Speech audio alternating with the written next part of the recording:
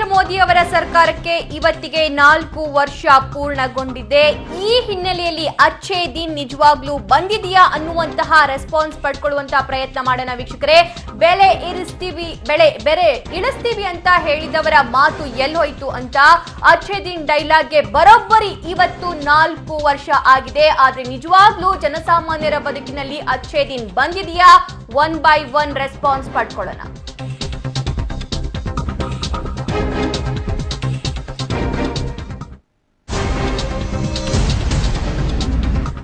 Okay, ಈ ಕುರಿತಂತೆ ಹುಬ್ಬಳ್ಳಿಯಿಂದ ಜನರ ರೆಸ್ಪಾನ್ಸ್ ಏನಿದೆ ಅಂತ ಹೇಳೋಕೆ ನಮ್ಮ ಪ್ರತಿನಿಧಿ ನವೀನ್ ರೆಡಿ ಆಗಿದ್ದಾರೆ. Good morning Naveen.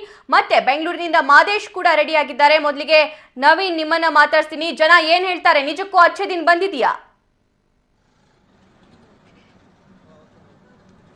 ಖಂಡಿತವಾಗ್ಲೂ ನಾವು ಸದ್ಯ ಹುಬ್ಬಳ್ಳಿಯ ಜನತಾ ಬಜಾರ್ನಲ್ಲಿದ್ದೀವಿ. ಇಲ್ಲಿರ್ತಕ್ಕಂಥ ಸಾರ್ವಜನಿಕರನ್ನ ಕೇಳೋಣ. ಸರ್, ಮೋದಿ ಸರ್ಕಾರ ಬಂದು 4 ವರ್ಷ ಆಯ್ತು, ಏನ್ ಅನ್ಸುತ್ತೆ? ಪ್ರಪ್ರಥಮವಾಗಿ ನಮಗೆ ಒಂದು ಅತ್ಯುತ್ತಮವಾದ ಸರ್ಕಾರ ಅಂತಂದು ನಾವು ಮೊದಲು ಅನ್ಕೊಂಡಿದ್ವಿ. ಆದರೆ ಇವಾಗ ಪ್ರತಿಯೊಂದು ನೋಡಿದ್ರು ನಮ್ಮ ಭಾರತದಲ್ಲಿರ್ತಕ್ಕಂಥವ್ರಿಗೇನು ಅದರಿಂದ ಒಳ್ಳೇದಾಗಿಲ್ಲ. ಆದರೆ ಭಾರತ ಒಂದು ಬಲಿಷ್ಠ ದೇಶ ಅಂತಂದು ಬೇರೆ ದೇಶಕ್ಕೆಲ್ಲ ಅವರು ತೋರಿಸಿಕೊಟ್ಟಿದ್ದಾರೆ ಅಂತಂದು ಹೇಳಕ್ಕೆ ಇಷ್ಟಪಡ್ತಾ ಇದ್ದೀನಿ. ಸರ್, 4 ವರ್ಷ ಮೋದಿ ಸರ್ಕಾರ ಆಡಳಿತ ಮಾಡಿದೆ, ಏನ್ ಅನ್ಸುತ್ತೆ? ಆಡಳಿತ ಚೆನ್ನಾಗಿದೆ? ಹಂಗೆ ಚೆನ್ನಾಗಿದೆ ಸರ್. ಮೋದಿಯವರು ಮುಂದಿನ ಅವರೇ ಪ್ರಧಾನ ಆಗಬೇಕು, ನಿರುದ್ಯೋಗ ಸಮಸ್ಯೆಯನ್ನು ಬಗೆಹರಿಸಬೇಕು. ನಮ್ಮ ಇಂಡಿಯಾಕ್ಕಾಗಿ ಅವರು ಇನ್ನೂ ಪೆಟ್ರೋಲ್ ಡೀಸೆಲ್ ದರ ಹೆಚ್ಚಳವಾಗ್ತಾ ಇದೆ, ಇದಕ್ಕೇನು ಅನಿಸ್ತಾ ಇಲ್ವಾ ಅವರಿಗೆ ಅಂತ? ಖಂಡಿತವಾಗ್ಲೂ ಈ ಪ್ರಶ್ನೆಯನ್ನ ಜನರನ್ನ ಕೇಳೋಣ. ಸರ್, ತರಕಾರಿ ಆಗಿರ್ಬೋದು, ಪೆಟ್ರೋಲ್ ರೇಟ್ ಆಗಿರ್ಬೋದು ಹೆಚ್ಚಾಗ್ತಾ ಇದೆ. ಮೋದಿ ಸರ್ಕಾರ ಬಂದ ಮೇಲೆ ಏನ್ ಅನ್ಸುತ್ತೆ?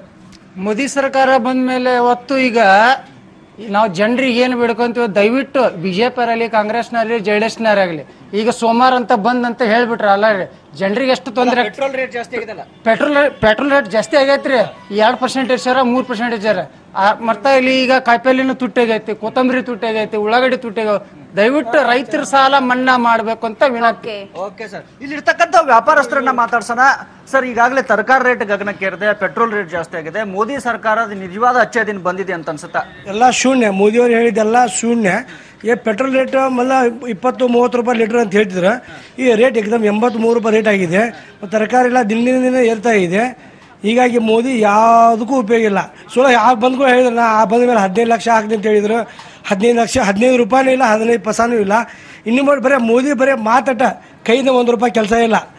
ಅವರು ಒಂದು ಕನ್ನಡ ಒಂದು ರಾಜ್ಯ ಸರ್ಕಾರದಿಂದ ಸಿದ್ದರಾಮಯ್ಯ ಆಡಳಿತ ನೋಡಿ ಅವ್ರು ಕಲಿಬೇಕು. ಹುಬ್ಬಳ್ಳಿ ಮತ್ತೆ ವ್ಯಾಪಾರಸ್ಥರ ಮನದಾಳದ ಮಾತಾಗಿದೆ ಸಭಾ. Yes Naveen, thank you so much. ಇದು ಹುಬ್ಬಳ್ಳಿಯ ಜನರ ರೆಸ್ಪಾನ್ಸ್ ಆಗಿತ್ತು ವೀಕ್ಷಕರೇ. ನಿಜಕ್ಕೂ ಅಚ್ಚೇ ದಿನ್ ಬಂದಿಲ್ಲ ಅಂತ ಅಲ್ಲಿನ ಜನ ಹೇಳ್ತಾ ಇದ್ರು. ಜೊತೆಗೆ ಸಿದ್ದರಾಮಯ್ಯ ಅವರ ಸರ್ಕಾರವನ್ನ ನೋಡಿ ಮೋದಿ ಕಲಿಬೇಕು ಅಂತ.